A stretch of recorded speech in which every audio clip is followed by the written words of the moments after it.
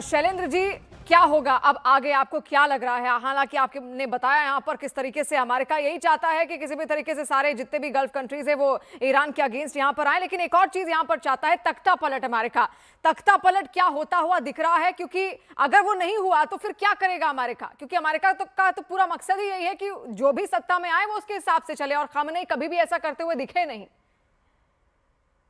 मुझे नहीं लगता कि इस समय तख्ता पलट is the only priority for US. क्योंकि यूएस एक तरफ बात करता है कि ईरान में किसी भी तरह का न्यूक्लियर होना उसे एक्सेप्टेबल नहीं है। चलिए, बहुत अच्छी बात है। उसके साथ ही साथ वो इसराइल की इस डिमांड पर भी अड़ा हुआ है कि बिल्कुल मिसाइल टेक्नोलॉजी जो है वो ईरान की बिल्कुल जीरो हो जानी चाहिए, उसे छोड़ देनी चाहिए। वो कैसे होगा? उसके साथ ही साथ वो चाहता है कि तख्ता पलट हो, और तख्ता पलट भी उनकी अपनी जनता करे, या वो मदुरो टाइप ऑपरेशन करे। मदुरो टाइप ऑपरेशन हो नहीं सकता क्योंकि ये जी। वेनेजुएला नहीं है। ये बहुत ही डिफरेंट कंट्री है, ये बहुत ही पावरफुल कंट्री है।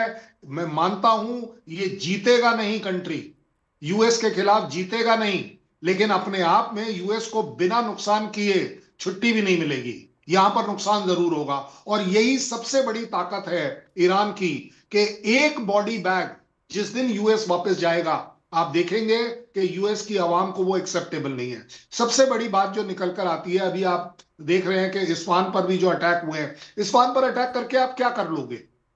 आप अगर किसी न्यूक्लियर सिस्टम को या न्यूक्लियर एनरिचमेंट को डिस्ट्रॉय करना चाहते हो, तो आपको क्या लग रहा है कि इस्फान के सबसे ऊपर वाली परत पर यह सारा काम हो रहा है? जी। ये तो आप पिछले बार देख चुके हैं, यूएस एक्सपीरियंस कर चुका है। ये वही ट्रंप है जिन्होंने बोला था वी हैव टोटली डिसमेंटल्ड। अगर आप डिसमेंटल कर चुके हैं तो ये अब क्यों आपको वापस क्यों आने की?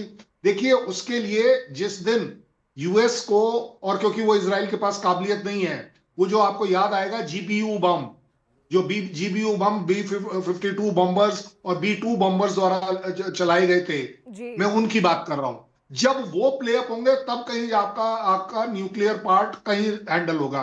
बट मुझे तो लगता है कि पिछले 2 राउंड ऑफ टॉक में ईरान ने आईएईए को बोल दिया था कि ठीक है जी, हम आपके इंस्पेक्शन के लिए तैयार हैं।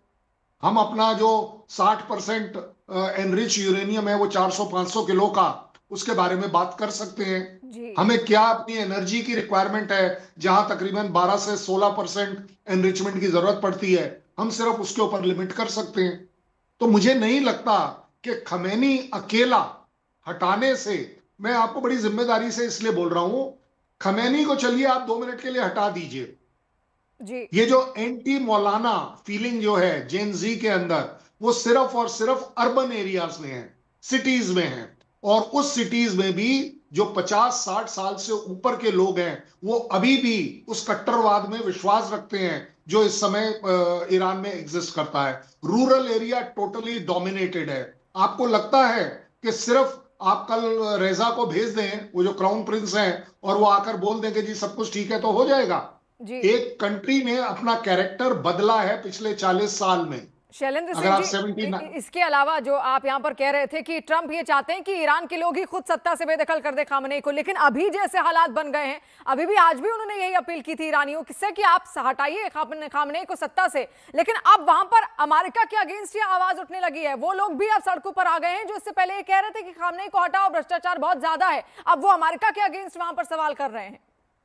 आप अगर रियलाइज करें, आप अपने वो जो 12 दिन